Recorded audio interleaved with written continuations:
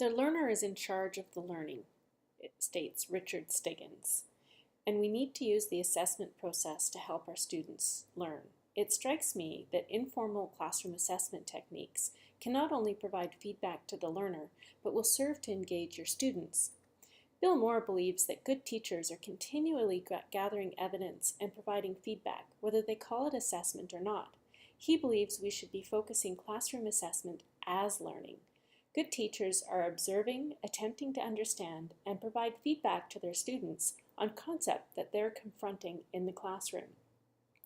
The informal classroom assessment technique that I would like to describe in this video is the classroom opinion poll, as described in the text by Angelo and Cross, Classroom Assessment Techniques.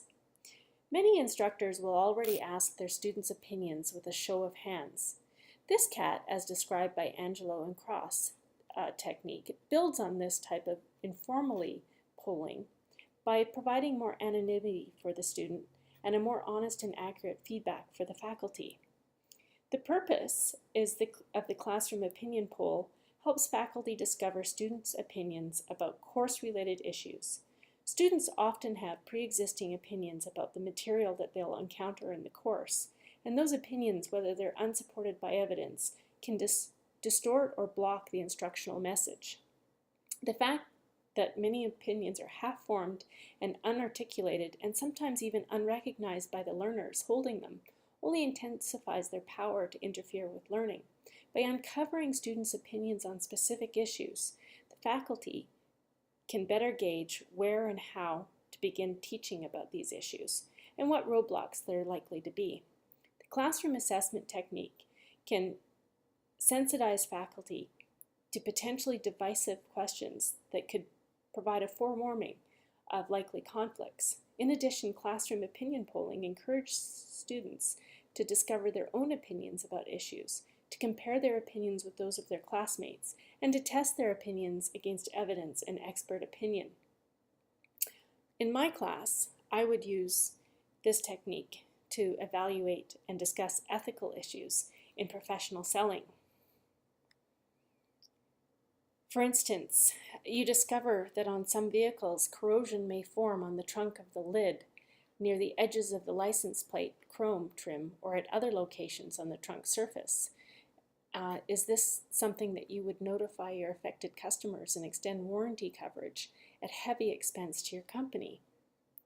So you can actually ask the class what their opinion is.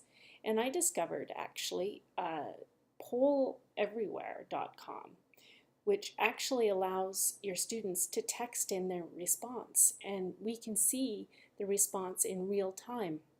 You can see here that I text in, I strongly agree that Honda should provide a recall notice to their customers. But we can then compare anonymously what the rest of the class feels. And then we can compare with what Honda actually did. And I actually have a letter from December 2012 that Honda did provide an extended warranty for this issue. So then we can ask the students, did you agree with what Honda did? And you can see here actually, they text in their message and it can show up on screen again in real time and anonymously, but we can at least see what the class is actually thinking.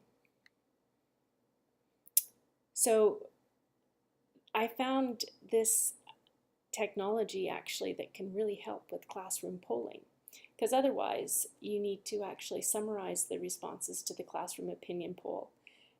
You have to count and tally while students are working independently or in groups, or a teaching assistant or student might have to tally the responses while you're teaching.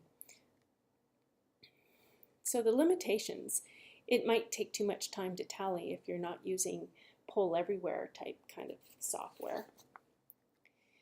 You need to be prepared for the discussions. And you might be shocked or offended by the class response.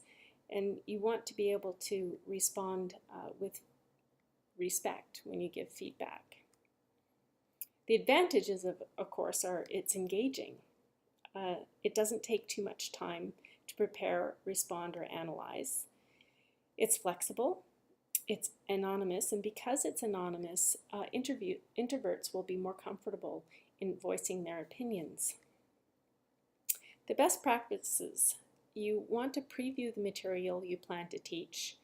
Choose one or two issues for your classroom's opinion poll. Create questions, test it on a colleague and adjust them as necessary, and then explain the exercise to the students. There's a number of relating teaching goals that this technique is good for. Learning to understand perspectives and values, developing an openness to new ideas, develop capacity to make more informed ethical choices, develop leader skills, develop a commitment to one's own values, develop respect for others, develop capacity to make wise decisions. These were the related teaching goals I felt that the classroom opinion poll would help you with. Have fun with it in class.